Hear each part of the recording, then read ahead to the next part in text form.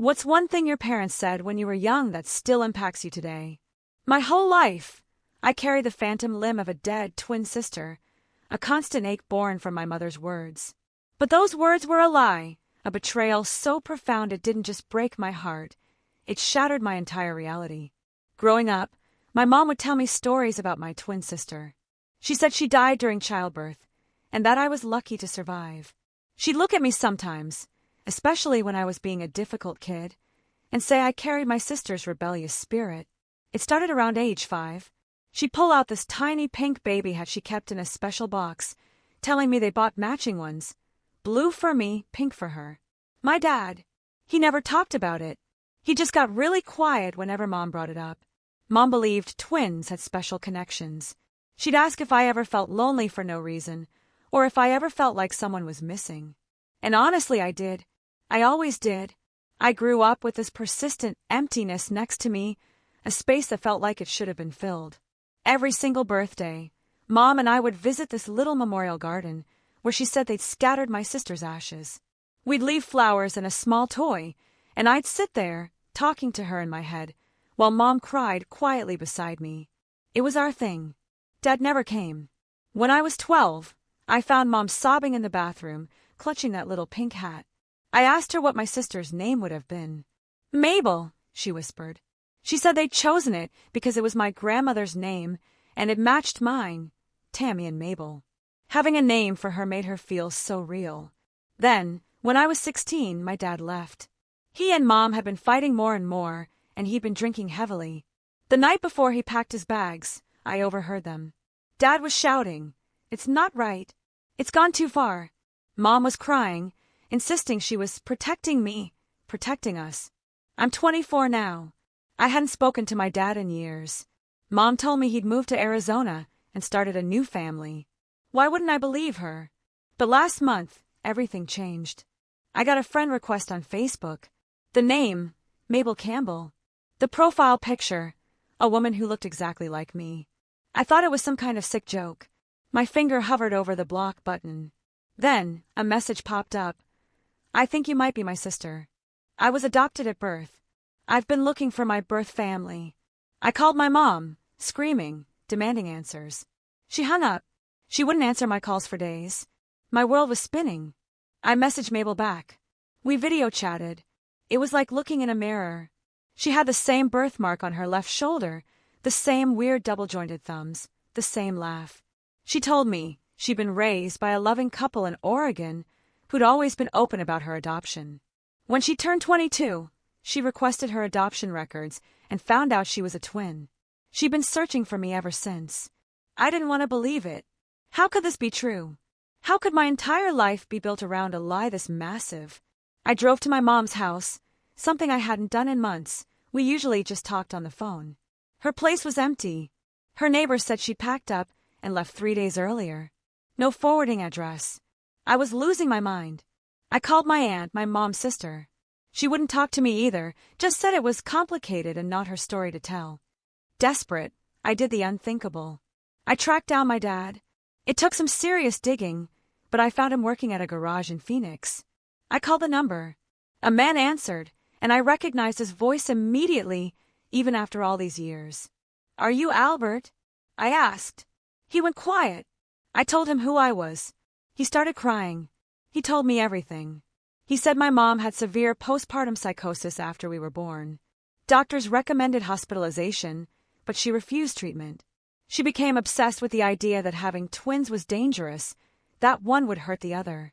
She threatened to hurt herself and us if he didn't fix it. Dad thought it would be temporary, that they'd get Mom help, then reunite us. But Mom kept getting worse. She became convinced Mabel was evil, that she would hurt me. Dad realized Mom was never going to get better with both babies there. He made a choice. He arranged for Mabel to be adopted by a family friend, Ricardo, who had moved to Oregon. Ricardo and his wife couldn't have children and had been looking to adopt. He thought it would be temporary. A few months, maybe a year. But then Mom started creating this elaborate story about Mabel dying at birth. She seemed to actually believe it. She got better with this narrative. The doctors warned him that confronting her delusion might trigger something worse. I was shaking so hard I could barely hold the phone. My entire childhood. All those birthday visits to the memorial garden. All those nights I cried myself to sleep, missing someone I thought was dead. It was all a lie. A fucking lie created because my mom was sick and my dad was too weak to protect us both. Dad was still talking. He said he tried to stay in contact with Ricardo and Maria over the years, just to know Mabel was okay. But Mom found out and threatened to hurt herself if he didn't stop. She became paranoid that he was planning to bring Mabel back and take me away. That's why the fighting got so bad before he left. He couldn't take the lies anymore, but he was afraid of what Mom might do if he told me the truth. I asked him why he never came back for me after he left. He went quiet for so long I thought he'd hung up. Finally, he said he tried, but Mom had filed a restraining order against him, claiming he was abusive. She had documentation of his violent outbursts and threats. All lies, but he couldn't fight it. He was afraid if he pushed too hard, she'd disappear with me completely. I hung up and just sat there in my car, staring at nothing. My phone kept buzzing with messages from Mabel. She was worried about me. My sister was worried about me. My sister who was alive. Who had been alive this whole fucking time. I drove back to my apartment in a daze. I couldn't process any of it.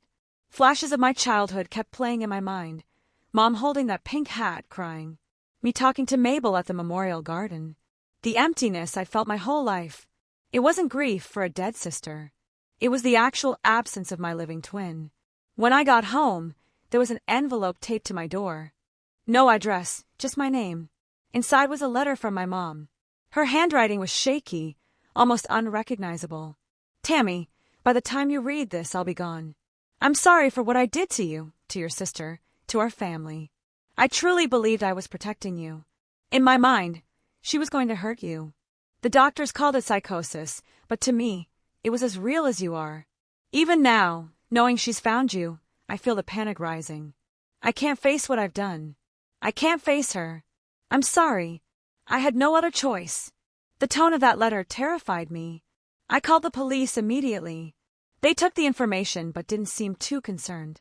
Said adults have the right to disappear. Said they'd check some places but not to expect much. That night, Mabel and I stayed on video chat for hours. We compared our lives, our experiences. She had good parents, a normal childhood. She'd always felt that same emptiness I had, but didn't know why until she got her adoption records. I couldn't stop staring at her face, my face on someone else.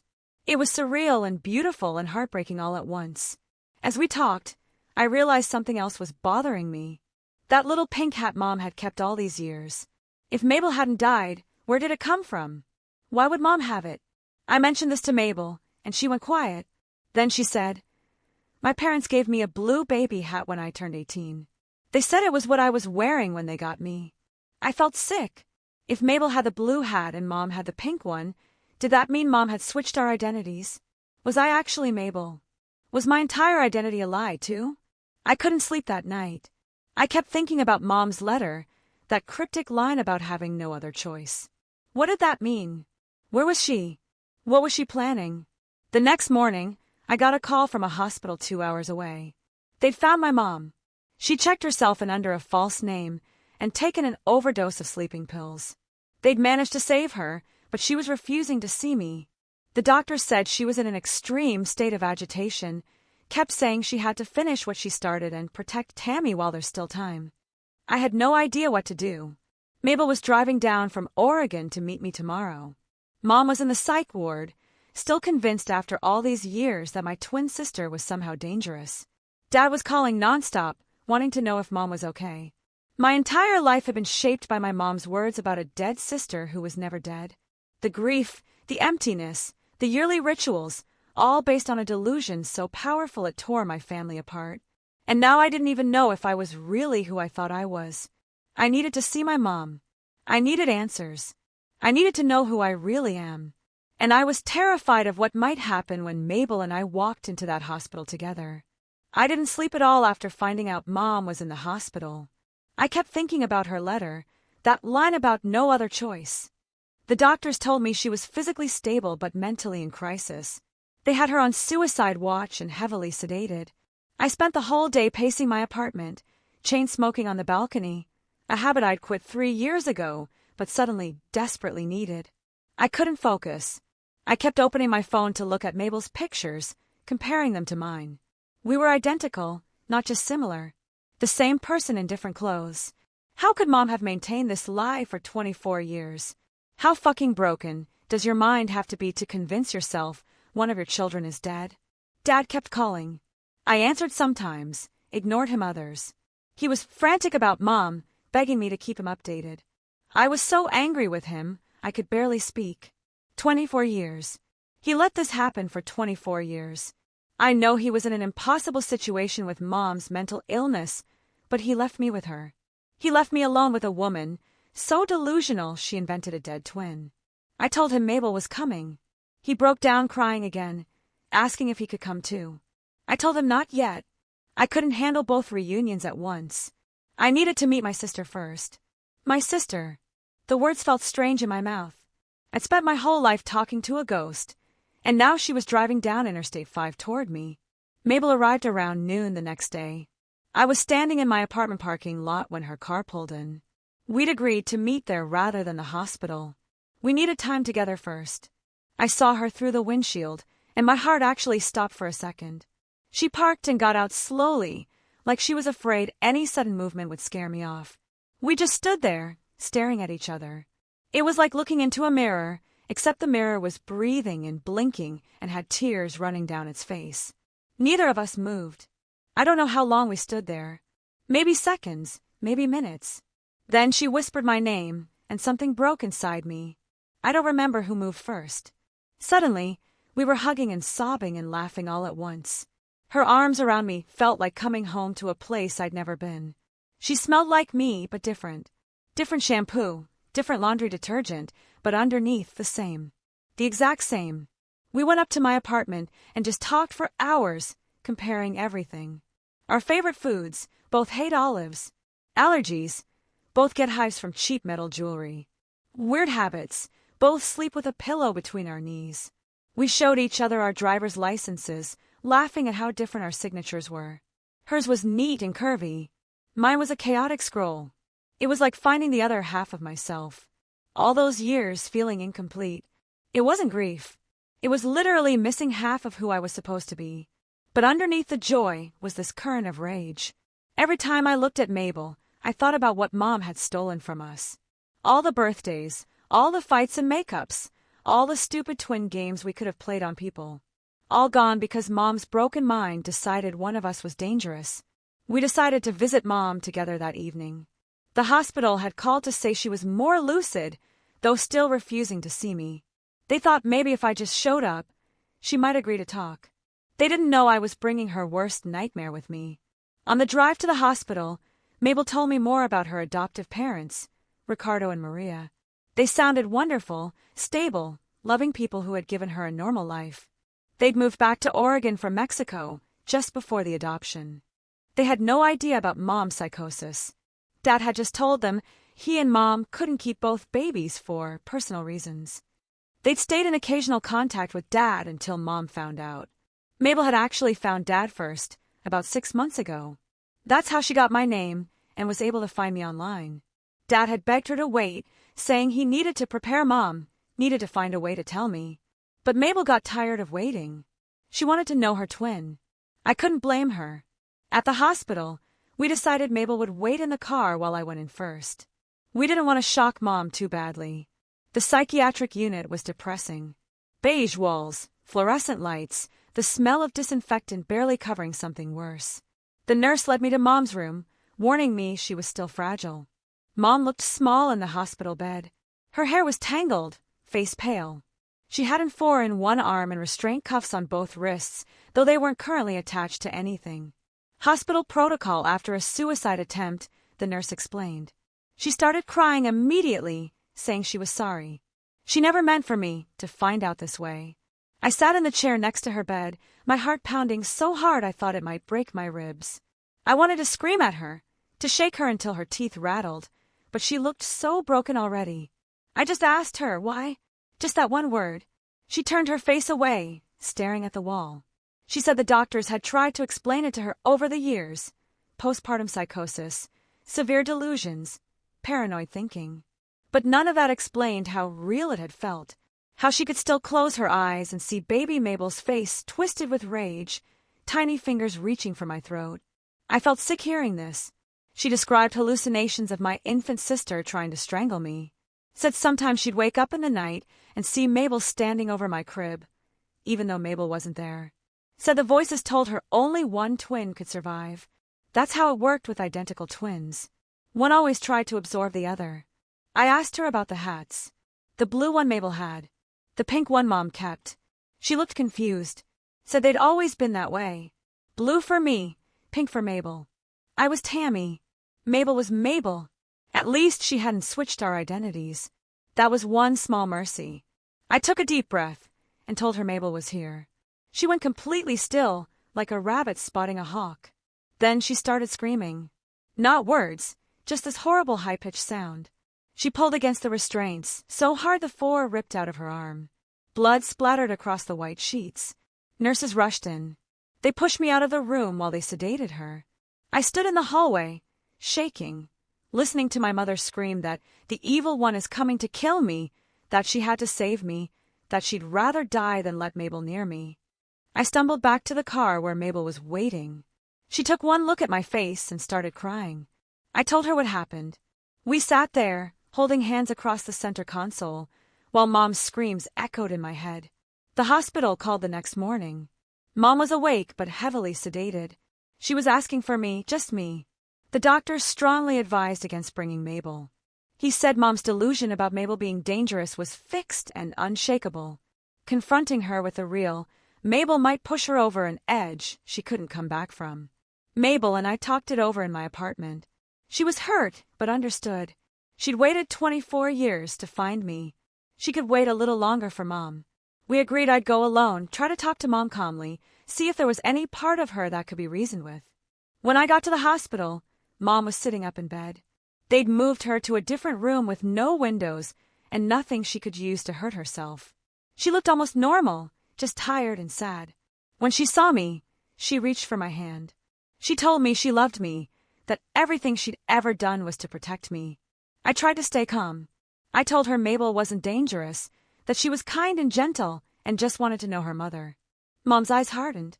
She said I didn't understand, that Mabel would seem perfect at first. That was how she worked. She'd make me love her, and then when I trusted her completely, she'd destroy me. I asked her how she could possibly know that when Mabel had been taken away as a newborn. Mom said she just knew. That mothers know these things, that twins were special, one good, one evil. It had always been that way through history. It was like talking to a brick wall. Every rational argument I made, she countered with this bizarre twin mythology she'd created. She believed it completely. I could see that now. This wasn't just a lie she told me. It was a reality she constructed and lived in for 24 years. Before I left, she grabbed my arm. She said, if I let Mabel into my life, one of us would end up dead. That's how it always ended with twins like us. She'd seen it in her dreams for years. Me lying in a pool of blood, Mabel standing over me, or worse, Mabel lying dead and me transformed. My soul gone, replaced by darkness. I left the hospital feeling hollow. How do you reason with that level of delusion?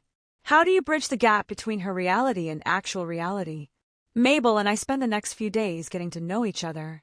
We went through photo albums, comparing our childhoods. I met her adoptive parents over video chat. They seemed shell-shocked by the whole situation, but supportive of Mabel. They'd had no idea about Mom's condition. They said Dad had just told them it was a private adoption because he and Mom couldn't handle twins. Dad kept calling, wanting to come see us both. I wasn't ready. My anger at him kept flaring up. He should have fought harder. Should have found a way to keep us together, or at least to tell me the truth sooner.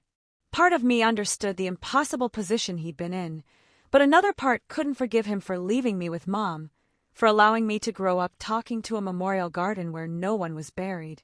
The hospital called again yesterday. Mom was refusing to eat. She was convinced Mabel had poisoned her food. The doctor asked if I would come talk to her. Maybe I could convince her to eat. I went alone again. Mom looked worse, thinner, her eyes sunken and darting around the room. She whispered that Mabel was in the hospital somewhere, that she could sense her. I told her Mabel was at my apartment. Mom started crying, begging me not to go back there. said it wasn't safe. I tried a different approach. I showed her pictures of Mabel and me together. Mom refused to look at them. She kept her eyes squeezed shut, shaking her head. I told her about all the similarities we'd discovered, how it felt to finally meet the person I'd been missing my whole life. Mom opened her eyes. Then she looked at me with such sadness it broke my heart. She said very quietly that she'd failed, that she'd tried so hard to keep us apart, to save me, but in the end she couldn't. She asked me to forgive her for what she had to do next. I didn't understand what she meant then. I do now. After I left, Mom somehow convinced a nurse she was feeling better. She ate some food, took her meds, seemed calmer. They relaxed the protocol slightly. During shift change, she managed to get out of the unit. By the time they realized she was gone, she'd left the hospital entirely. The police are looking for her now. They've been to my apartment, taken her description. Mabel and I are staying at a hotel. The officer suggested it might be safer until they find Mom. They didn't say it outright, but the implication was clear. Mom might try to hurt Mabel, or me, or both of us. Mabel is sleeping in the bed next to mine as I type this. I keep looking over at her, still not quite believing she's real. Still not quite believing my entire childhood was built on a lie so massive it warped everything. Dad is driving up tomorrow. I finally agreed to see him. We all need to figure out what to do. How to find Mom before she does something we can't undo. I'm scared of what will happen when we find her. I'm scared of what she might do. Mostly I'm scared that when I look at her now, I don't see my mom anymore. I see a stranger who stole half my life from me, who is still trying to steal more. Dad showed up at our hotel early the next morning. I hadn't seen him in 8 years. He looked older, grayer, with deep lines around his eyes. Mabel answered the door while I hung back. Watching them embrace felt surreal. She had grown up without him, yet they fell into each other's arms like they'd known each other forever. I stayed frozen by the window, unable to move. We sat in that generic hotel room, trying to figure out where Mom might have gone. Dad thought she might head to the memorial garden, the place she convinced herself held Mabel's ashes. It had been her place of comfort, of reinforcing the lie. Mabel asked about other significant places from our childhood. I mentioned the cabin we used to rent each summer before Dad left. Mom had loved it there, said it was the only place she felt at peace. Dad's face changed when I mentioned the cabin. He said they'd actually owned it briefly early in their marriage. They'd sold it when Mom got pregnant with us, needed the money for baby expenses, but Mom had always talked about buying it back someday. On a hunch, Dad called the current owners. Turned out they were an elderly couple who only used it during hunting season. The rest of the year it sat empty. Dad asked if anyone had been there recently. The owner said he didn't think so, but they only checked on it every couple of months. We decided to drive up there, about 3 hours north into the mountains. The police had already checked Mom's apartment, her usual spots, even the memorial garden. They had nothing. We left them the cabin address and headed out. The drive was tense. Dad kept trying to explain himself, justify his choices. How he'd been young and scared when Mom's psychosis started. How the doctors had said separating us might be temporary, just until Mom stabilized. How by the time he realized Mom was never going to accept reality, she'd already created this elaborate story about Mabel dying. How the doctors warned him that challenging her delusion directly could trigger a psychotic break that might endanger everyone. I understood intellectually, but emotionally, I couldn't stop thinking about all those birthdays at the memorial garden. All those nights I talked to a sister I thought was dead. The emptiness that had shaped my entire identity. Mabel was quieter than I expected. Occasionally, she'd ask Dad questions about their life in Mexico before they moved back to the States, about his friendship with Ricardo. Not accusing, just trying to understand. The cabin was exactly like I remembered from childhood. Small, wooden, isolated at the end of a dirt road. Dad told us to wait in the car while he checked it out, but I ignored him. This was between Mom and me and Mabel. Especially Mabel. The cabin door was unlocked. Inside, it was dark and musty. Different furniture from what I remembered, but the same layout. Mom wasn't in the main room or kitchen. I called her name softly. No answer. We found her in the back bedroom, sitting on the floor, surrounded by old photographs and papers. Dad tried to approach her, but she shrank back against the wall. She wouldn't look at Mabel at all. Kept her eyes fixed on me or the floor. When Mabel took a step forward, Mom started humming loudly, like she was trying to block out her presence. I knelt down beside Mom, careful to keep some distance. I asked her to come back to the hospital with us, told her we were worried about her. She shook her head, still humming. Then she reached into her pocket and pulled out a small orange bottle. Prescription pills. My stomach dropped. She said she'd been saving them, one by one, sneaking them past the nurses. She'd known this day would come eventually, known that Mabel would find me, that the evil one would come back to finish what she started. I told her Mabel wasn't evil, that she was my sister, my twin, that she'd never hurt anyone. Dad was on the phone with 911. I could hear him giving directions to the cabin. Mom heard it, too. She looked at the pill bottle in her hand, then back at me, asked if I wanted to know the truth, the real truth about why she did what she did. I nodded, not trusting myself to speak. Mabel moved closer, sitting on the floor near us. Mom flinched, but didn't start humming again. Mom said it started before we were even born. She'd had dreams, vivid, terrifying dreams about twins fighting inside her, one protecting, one destroying. When we were born, she said she could feel it immediately. Which one was which? She said she tried to tell the doctors, but they just gave her pills that made her thoughts foggy. She described watching baby Mabel in her crib, convinced she could see darkness moving behind her eyes. Said she'd catch Mabel staring at me with an expression no baby should have. Said sometimes in the night she'd find Mabel's crib empty, the baby somehow standing over my crib despite being too young to stand or climb. It was chilling listening to her describe these hallucinations as if they were absolute reality. In her mind, she'd save me. She truly believed she protected me from something evil. She looked at Mabel again, her expression softening slightly. She said she'd never hated Mabel. She'd mourned her. In her mind, the real Mabel had been taken over by something dark before she was even born. The separation wasn't punishment. It was mercy. She thought if Mabel was raised away from me, maybe the darkness would fade. Maybe Mabel could have a normal life. It was twisted logic, but I could finally see the full picture of her delusion. In her mind, she hadn't been cruel. She'd been saving both of us in the only way she could. I heard sirens in the distance. Mom heard them, too. She looked down at the pill bottle again, but I gently took it from her hand. She didn't resist. She looked exhausted, empty. The fight had gone out of her. The paramedics arrived with police. They took Mom out on a stretcher, back to the hospital, but to a different unit this time, one with higher security. The doctors said she'd likely be committed to a long-term psychiatric facility. Her delusions were too fixed, too resistant to treatment for her to be on her own. That was 3 weeks ago. Mabel went back to Oregon after a few days, but we talk constantly. She's planning to move closer. Not same city close, but close enough for regular visits. Her adoptive parents have been amazing through all this.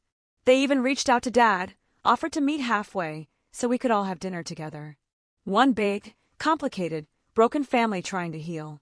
Dad and I are talking more. I'm still angry, still hurt, but I'm trying to understand. He was 24 when all this happened. The same age I am now. I can't imagine facing what he faced. He made the wrong choice. But I'm starting to see there were no good choices available. I visit Mom twice a week. Sometimes she's lucid, sometimes not. On her good days, she can look at pictures of Mabel and me together without becoming agitated. She'll never fully accept that her delusion wasn't reality. The doctors say that's not how fixed delusions work. But with medication and therapy, she's learning to live alongside a reality that contradicts her internal one. Last visit, she told me something that keeps echoing in my head. She said, "I gave you a ghost for a sister because I thought it was safer than the alternative." In her broken mind, that made perfect sense. She thought she was protecting me from something terrible. Instead, she stole half my life from me. Stole my twin, my identity, my understanding of who I was and where I came from. All those years, I felt incomplete. I was incomplete. The worst part is she'll never fully understand what she did. Never fully grasp the magnitude of what she took from us. Mabel and I are planning a trip together. Just the two of us. We're trying to make up for lost time, though we know we can never get those 24 years back. Sometimes I still wake up thinking it was all a dream, that Mabel is still just a ghost I talk to in my head. Then she'll text me something only a twin would understand. And I remember she's real. She's alive. She's been alive this whole time. Dad told me recently that he used to take me to visit Mabel secretly when I was very young, just a few times before Mom found out and threatened to hurt herself. I was too young to remember. He has one picture of us together as toddlers, just before the visit stopped. We're holding hands, wearing matching overalls. I look happy, normal, not like a child who would grow up talking to a memorial garden. I asked Mabel if she remembered those visits. She didn't. We were too young. Another thing Mom stole from us, even the memory of knowing each other. The doctors say Mom's condition was rare, but not unheard of. Postpartum psychosis affects a small percentage of new mothers, and in some cases, it can develop into long-term delusional disorder if not treated properly. Dad should have insisted on treatment. The doctors should have recognized the severity sooner. The system failed all of us. Mom will likely never leave psychiatric care. Her delusions run too deep, are too resistant to treatment. In her mind, she's still protecting me from something dangerous. She still believes she made the right choice. And maybe that's the most heartbreaking part of all. She destroyed our family thinking she was saving it. The last time I visited Mom, she was having a relatively good day. She looked at a picture of Mabel and me together without flinching. Then she said something that gave me a tiny sliver of hope. She said, "You look happy together." Not afraid, not worried, just an observation. A small crack in the delusion, maybe a tiny ray of light.